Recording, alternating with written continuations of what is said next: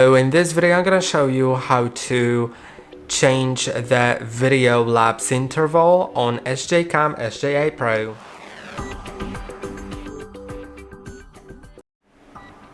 Video lapse interval is the interval in which photo will be taken and then later put up together in the video lapse, basically time lapse. So you can do it while being in video lapse mode. Click on the magic wand, then go to video lapse, and you can set it to 1 second. So every second there will be a photo taken, then put up together in the video lapse. You can set it to 2 seconds, 5 seconds, 10 seconds, 20, 30 or 60. Also 5 minutes, 15 minutes or 30 minutes. And I hope that this video was helpful. Don't forget to like and subscribe, and see you in the next one.